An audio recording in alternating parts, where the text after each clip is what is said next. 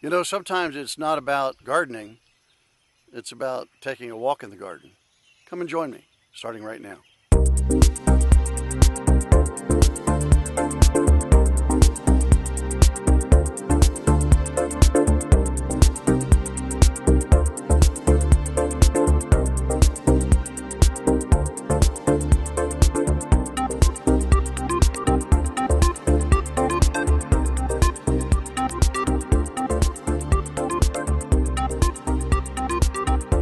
You know, there's really a lot of times that you spend on a farm and you're kind of alone.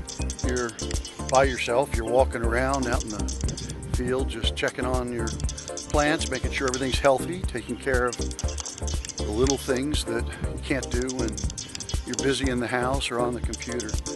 But tonight, I'm walking around the farm and I'm taking a look at all the beauty of the place, and I keep thinking to myself how truly blessed I am. Of course, the inspiration that we have for the name of the farm, as well as everything there is about the farm, is based on the steeple that is always so visible in all of my pictures.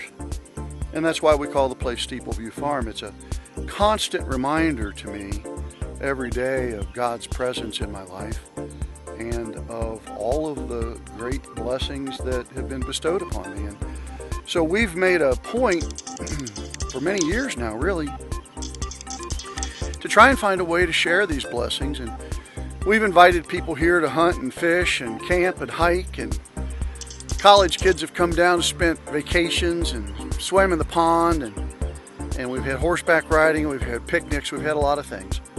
But now that the kids are grown and gone and the grandkids come, and we're getting to an age where it's just Harriet and I, we've opened the farm up to a lot of other people that, really we don't know. I mean, not family and friends that are close friends, but people that we've met as a result of our efforts to turn Steeple View Farm into something more than just our own little private piece of heaven. And so we've invited farm partners and a lot of other people to come and visit. And they have, and they've been just an extraordinary group of folks. So many people have brought their children and their grandchildren down here, and it's so much fun to watch them run and romp in the fields and go out into the garden and learn to pick, learn about vegetables, learn about growing things, learn about nature, see things up close and personal. It's richly rewarding for us to do that. So now really I'm spending a lot of time thinking of ways to make the farm more beautiful, more usable, more inviting to people. And so we've spent a lot of time beautifying the place. But along the way, I've studied the things that are being taught in the permaculture community. I've watched an awful lot of videos by Curtis Stone and Jean-Martin Fortier. I've read their books. I've studied a lot about the methodologies that they use. And I've tried best I can here in Kentucky to break from the traditions that existed here for generations, where before we had tractors it was mules and horses, but then after tractors there was still a lot of tillage and a lot of ground turning. And unfortunately, I think in large part because it was such a huge tobacco area, people became very, very dependent upon chemicals. And so our soil changed a little bit because of that. Weeds were suppressed, but the soil structure wasn't built. People weren't paying attention to the topsoil. It really didn't make that much difference. They could amend it with nutrients and fertilizers, and they could control weeds with chemicals, and they could control pests with insecticides. And so the whole mentality and the mindset of farming in Kentucky was what I adopted when I moved here, because that's what surrounded me. It's what all the people around me were doing, and it's what I had to watch and what I had to learn from. But over the past few years, I may be an old dog and I'm trying to learn some new tricks, but one of the things I've learned is that not everything that's been done for generations is the best. There are new and improved methods of doing things that a lot of younger farmers are applying, and they seem to have great promise. And so, I'm trying my best to wean myself off of some of the old technology and adopt some of the new technology. Of course, the problem with adopting new technology sometimes is that there's not a lot of support. The University of Kentucky, the Department of Agriculture in Kentucky, they just don't have a lot of people paying attention to the same things that I like to be paying attention to. And so, we've had to do things like you can see behind me here in our tomato patch. Although we've taken care to trellis our tomatoes and use new methodology for stringing them up and for pruning them back, and trying to find a way to make those tomatoes grow healthier fruits, not just more abundant fruits. But we've also, if you can see out there in between the rows, we're using straw, and we do have some of our tomatoes are on plastic, but it's not plastic.